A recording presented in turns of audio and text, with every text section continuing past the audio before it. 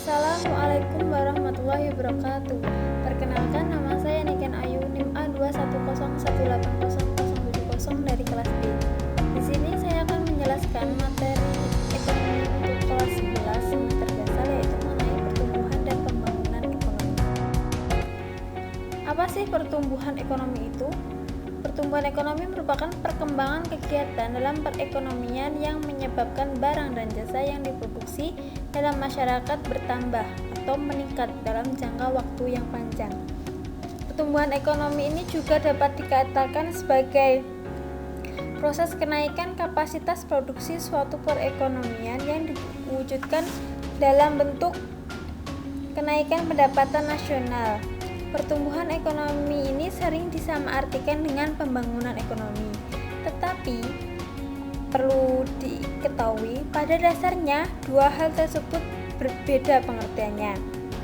Dengan adanya pertumbuhan ekonomi, maka akan ada pembangunan ekonomi, di mana dengan pertumbuhan ekonomi itu sendiri akan memunculkan pembangunan ekonomi. Kemudian ciri-ciri pertumbuhan ekonomi. Ciri pertumbuhan ekonomi yang pertama yaitu ada peningkatan produktivitas. Pertumbuhan ekonomi modern terlihat dari semakin meningkatnya laju produk per kapita, terutama sebagai akibat adanya perbaikan kualitas input yang meningkatkan suatu efisiensi atau produktivitas per unit input.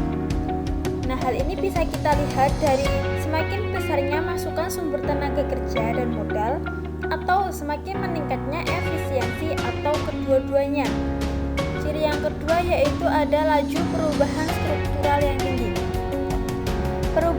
Perubahan struktural dalam pertumbuhan ekonomi modern ini mencakup peralihan dari kegiatan seperti pertanian menjadi kegiatan non-pertanian, dari kegiatan industri ke jasa, perubahan dalam skala unit-unit produktif, dan peralihan dari perusahaan perseorangan menjadi perusahaan terhadap hukum, serta perubahan status kerja buruh.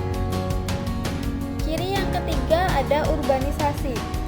Pertumbuhan ekonomi modern ditandai pula dengan semakin banyaknya penduduk negara maju yang berpindah dari daerah pedesaan ke daerah perkotaan. Lah, inilah yang disebut dengan urbanisasi. Urbanisasi ini pada umumnya merupakan produk industrialisasi. Skala ekonomi yang muncul dalam usaha non-agraris sebagai hasil perubahan teknologi mengakibatkan perpindahan tenaga kerja dan penduduk secara besar-besaran dari pedesaan ke daerah perkotaan. Dan ciri yang terakhir itu ada ekspansi negara maju. Pertumbuhan negara maju kebanyakan tidak sama. Pada beberapa bangsa, pertumbuhan ekonomi modern terjadi lebih awal daripada bangsa yang lain. Hal ini sebagian besar diakibatkan karena adanya perbedaan latar belakang sejarah dan masa lalu.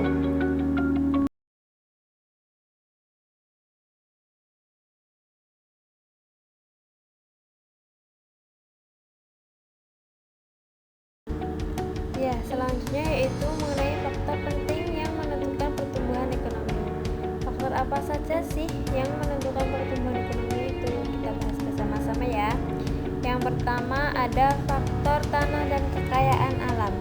Faktor tanah dan kekayaan alam merupakan faktor yang dapat dengan mudah digunakan untuk mengembangkan perekonomian di suatu negara. Negara dengan kekayaan alam yang tinggi dan memiliki nilai ekonomi tinggi, maka akan lebih mudah untuk mengembangkan perekonomiannya dibandingkan dengan negara yang kurang memiliki kekayaan alam. Sumber alam atau kekayaan alam itu dapat menarik investor untuk mengembangkan sejumlah industri. Bila ekonomi dari kegiatan produksi pengolahan kekayaan alam ini dapat menjadi basis pengembangan perekonomian jangka panjang, pertumbuhan ekonomi di beberapa negara ASEAN dimulai dari sektor pertambangan minyak bumi. Faktor yang kedua yaitu ada mutu tenaga kerja dan penduduk.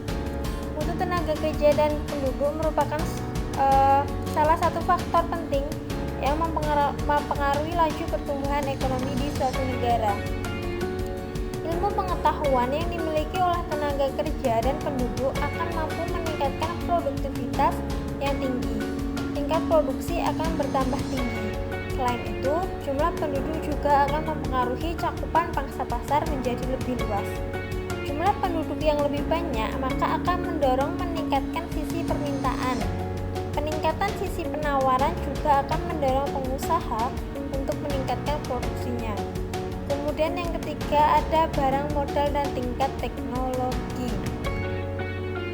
Barang modal menjadi penting dalam perkembangan ekonomi karena dengan barang modal lah sebagian produk dari berbagai industri itu dihasilkan. Barang modal ini dapat mempertinggi efisiensi pertumbuhan ekonomi. Jumlah barang modal akan menentukan jumlah produk yang akan dihasilkan. Semakin tambah barang modal, semakin tinggi produksi yang dihasilkan dalam suatu perekonomian itu. Kemudian faktor yang keempat ada sistem sosial dan sikap masyarakat. Di beberapa negara berkembang, sistem sosial dan sikap masyarakat ini menjadi penghambat perkembangan ekonomi yang cukup serius. Mengapa? Karena beberapa kebiasaan atau adat istiadat yang secara tradisional yang telah dianut oleh masyarakat sejak dulu, itu mereka menolak untuk menggunakan cara atau alat produksi yang lebih produktif dan efisien. Masyarakat tersebut lebih memilih atau menyukai menggunakan peralatan yang tidak produktif atau tidak efisien. Pada masyarakat yang seperti itu, maka akan sulit untuk mencapai pertumbuhan ekonomi yang lebih baik lagi. Kemudian faktor yang terakhir yaitu ada kewirausahaan. Kewirausahaan atau entrepreneurship ialah seseorang yang dapat dan berani untuk mengambil resiko dalam melakukan suatu usaha guna mendapatkan keuntungan. Peranan wirausahawan dalam memajukan perekonomian sudah terbukti dari masa ke masa.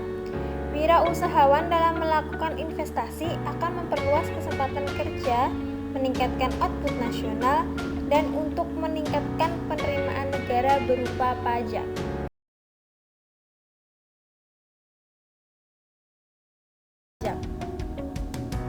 Nah, kita sekarang masuk ke rumus pendapatan nasional bruto real.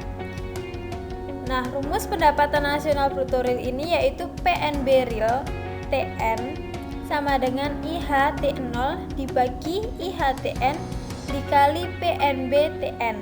Nah, untuk keterangannya sendiri, PNB real TN ini yaitu PNB real pada tahun N, tahun yang akan kita hitung ya.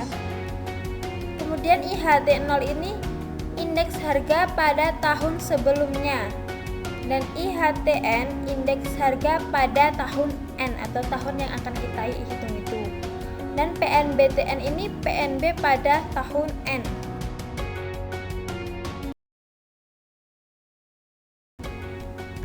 Oke, yang selanjutnya rumus mengukur pertumbuhan ekonomi. Untuk rumusnya yaitu GT sama dengan PDBT min PDBT min 1 dibagi PDB min T dikali 100%. Untuk keterangan GT yaitu pertumbuhan ekonomi periode T atau periode tahun yang ingin kita ketahui. Contohnya tahun 2010, berarti G 2010. Kemudian PDBT ini merupakan PDB periode T berdasarkan harga konstan yang telah ditetapkan ya. Kemudian PDBT min 1 ini PDB 1 periode sebelumnya. Jika kita ingin mengetahui pertumbuhan ekonomi tahun 2010, maka PDBT min 1 ini PDB tahun 2009 karena kan tahun sebelumnya. Nah, begitu. Ya, sudah materi kita mengenai pertumbuhan ekonomi. Semoga materi yang saya sampaikan tadi bermanfaat bagi kita semua. Apabila dalam menyampaikan materi ada salah kata, saya mohon maaf yang sebesar-besarnya. Sekian, wassalamualaikum warahmatullahi wabarakatuh.